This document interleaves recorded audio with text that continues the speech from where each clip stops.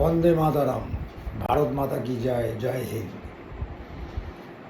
এবার আমি প্রত্যেক দিন আমাদের বিগত মুখ্যমন্ত্রী মাননীয়া মমতা ব্যানার্জির যে সমস্ত দুর্নীতি, সেই দুর্নীতি সম্বন্ধে কিছু কিছু আলোচনা করব।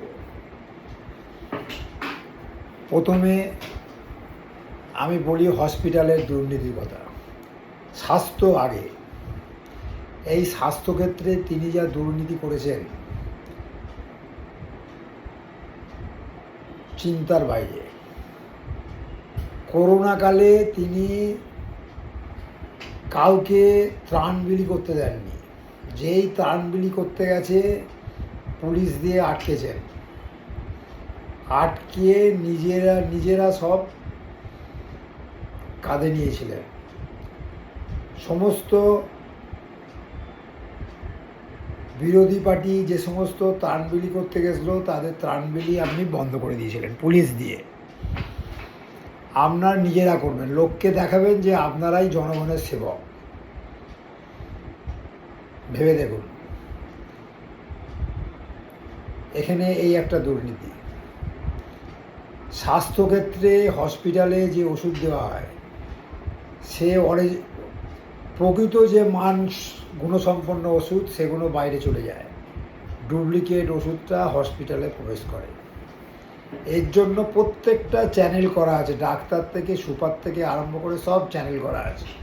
প্রত্যেকটা হসপিটালে এরম দুর্নীতি ছিল। শিশু বদল, সদ্যজাত শিশু বদল হয়েছে, এরকম অনেক প্রমাণ পাওয়া গেছে। সেখানে নার্সরা যুক্ত ছিল, হসপিটালের কর্মচারী যুক্ত ছিল। এই একটা দুর্নীতি। ডাক্তার নিয়োগ, সেখানে দুর্নীতি। একমাত্র নার্সিং নিয়োগ নিয়ে আজ পর্যন্ত কোনো মনে হয় কেস হয়নি, আমি জানি না কেস হয়েছে কি না, কিন্তু নার্সিং নিয়েও অনেক দুর্নীতি, কিন্তু কোনো কেস হয়নি, অতএব সেটা প্রকাশ পায়নি। প্রত্যেকটা হসপিটালে যে হসপিটাল যেমন ইচ্ছা ফি নিয়েছে, মাননীয়াকে জানালে তিনি কোনো উত্তর দেননি। তিনি ছিলেন স্বাস্থ্যমন্ত্রী, তার তো উচিত প্রত্যেকটা হাসপাতালে কীরকম চিকিৎসা হচ্ছে, কোন ডাক্তার কোন সময় আসছে, এগুলো ওনার লোক থাকবে, উনি করবেন কেন, তার আর খেয়াল রাখবে। কিন্তু কোনো কিছুর ধার ধারেননি। যে যেমন ইচ্ছা পয়সা কামিয়ে গেছে। মরেছে কারা? গরিব সাধারণ মানুষ, মধ্যবিত্ত মানুষ, যারা বড় বড় নার্সিংহোমে যেতে পারবে না, তারা ক্ষতিগ্রস্ত হয়েছে। মাননীয় মুখ্যমন্ত্রী একটুতেই বলতেন তিনি মা মাটির মানুষের সরকার। তাহলে এটা মা মাটি মানুষের নমুনা। গরিব মানুষকে মেরে ফেলা মা মাটি মানুষের নমুনা। বলুন এবারে আমরা কি দেখলাম? আরজি করে অভয়ার মৃত্যু দেখলাম। সেখানেও আপনি তদন্ত করতে দেননি। পুলিশ দিয়ে আপনি যে ঘরে অভয়ার মৃত্যু হয়েছিল তার পাশের ঘরটা ভাঙিয়ে দিলেন আপনার লোকজনকে দিয়ে, যাতে তদন্ত ঠিকমতো না হয়। তাহলে ভেবে দেখুন, সুপারকে আড়াল করা। সেই সময় যে সমস্ত ডাক্তাররা পথে নেমেছিল তাদের আপনি পুলিশ দিয়ে দমন পীড়ন চালিয়েছেন। যে সমস্ত পুলিশ এইসব ওনার কাজে যুক্ত ছিলেন তারা অবশ্য এখন সাসপেন্ড হচ্ছেন। তাহলে ভেবে দেখুন, আপনার কথা তখন পুলিশ মানতে বাধ্য হতো।